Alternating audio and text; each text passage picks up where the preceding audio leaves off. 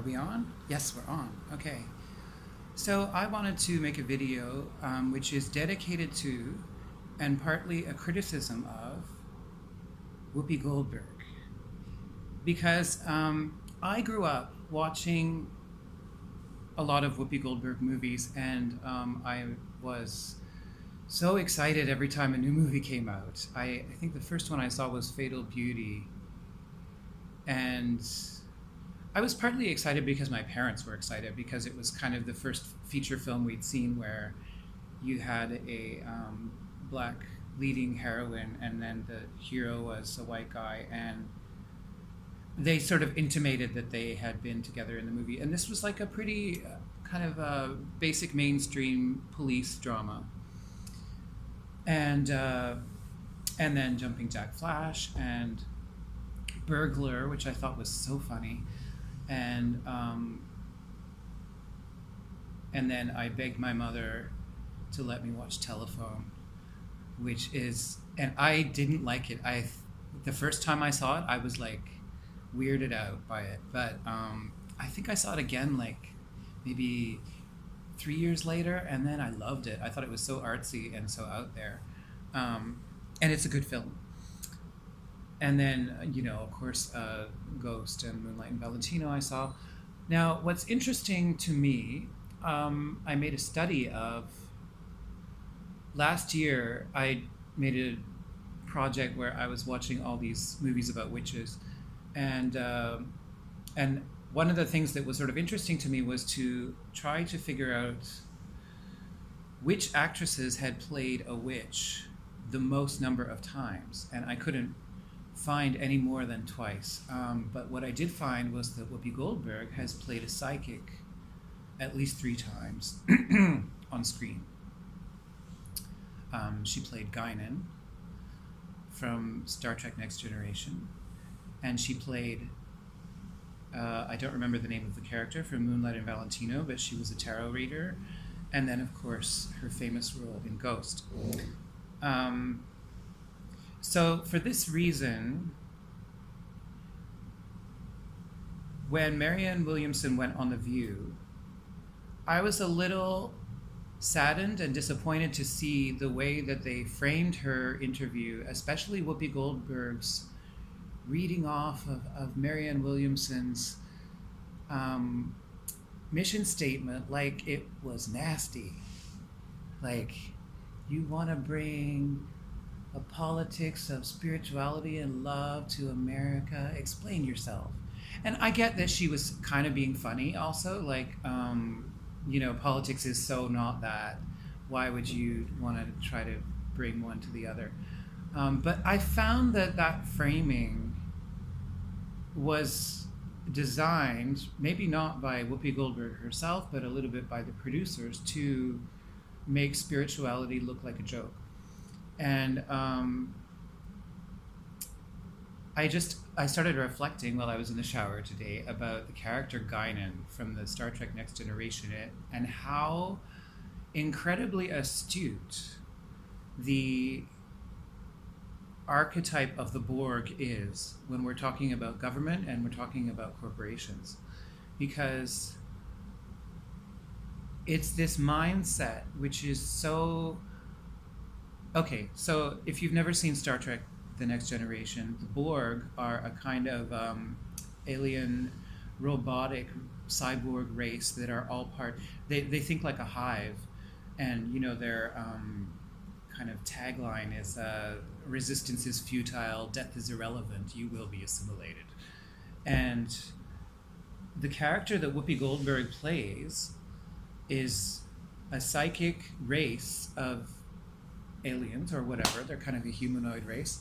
And she is the last surviving member because all of her nation or her tribe or her race of people were absorbed by the Borg, who are these automatons. And when I see her acting like that on The View, I'm like, bitch, you're Borg now. Like, what the fuck? That is like, what would Guinan say about that framing of the introduction to Marianne Williamson, like, I don't know. I thought it was hypocritical, and a lot of the stuff she's saying now on The View is she's very good at making it sound cool and reasonable, and she has a funky way of speaking, but it's starting to kind of like she's defending when she's defending the elected officials who have started programs to help children, like she's not addressing the fact that they didn't work. I mean, they made steps, and I think that that's good, and it should be given props. But the point that Marianne Williamson was making in that case is it's not enough. Children are suffering. We need some kind of disruptive force in this government. If we're going to work within the Borg system, we're never going to get anywhere because these people don't think independently. If they have been in Congress for a long time, and I will give props to Tulsi Gabbard and Bernie Sanders for being senators who have retained independence of thought, but I think that a lot of them are thinking like Borg entities. They're thinking like the Hive, and they think that the only way to affect change is to work within the framework of the system, which is completely limited by the assumption that you have to compromise at every stage in order to get your agenda through. So it's all this, you scratch my back and I'll scratch yours. And sometimes when you want to make a political force viable, you actually have to push through the resistance and not compromise. I mean, civil rights and suffrage were not compromising. They were not like, oh, we'll negotiate a deal. They were unequivocal in their stance. And I feel like Tulsi Gabbard also deserves props for that, because she's not backing down on her peace agenda, and Bernie Sanders is not backing down on his championing the American worker. And I think that Marianne Williamson is not backing down on her